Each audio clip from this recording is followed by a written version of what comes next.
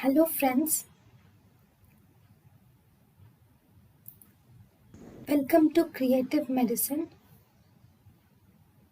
In this lecture, we will learn about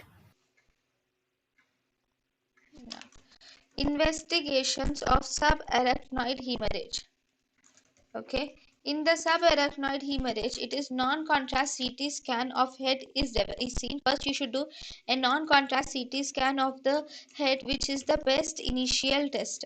On non-contrast CT scan of the head, the sensitivity is around 90% for non-contrast CT scan of head, and it is the investigation of choice for subarachnoid hemorrhage.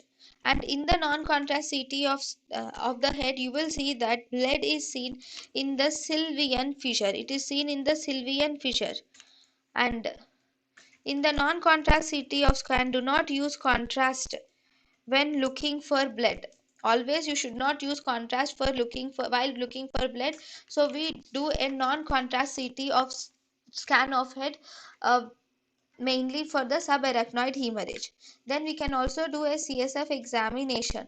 Actually, this CSF examination is the most accurate test, but the investigation of choice is non-contrast CT scan, and CSF examination is the most accurate test, where if there is blood is seen in the CSF, then it is the best test.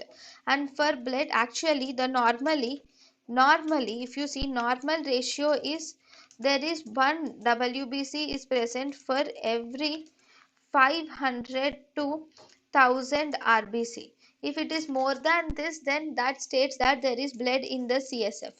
Now, one more important thing is xanthochromic CSF is important. This xanthochromic CSF, here whenever the RBC is there, this RBC will undergo lysis. Okay, this lysed RBCs, whenever the RBC undergoes lysis, hemoglobin will get converted into bilirubin. Obviously bilirubin is yellow in color, so this yellow color will stains the spinal fluid to yellow color. Okay, this staining of spinal fluid to yellow color, or this xanthochromia, is seen in around 6 to 12 hours, and this is actually occurs in or seen in 6 to 12 hours, and it will peak in around 48 hours, and it will peak in 48 hours, and it will last for 1 to 4 weeks. So we can do CSF examination and find out that there is subarachnoid hemorrhage. Then we can also get an MR angiography done. MR angiography is mainly done for unruptured aneurysm. We can do an MR angiography. thank you and thank you for watching.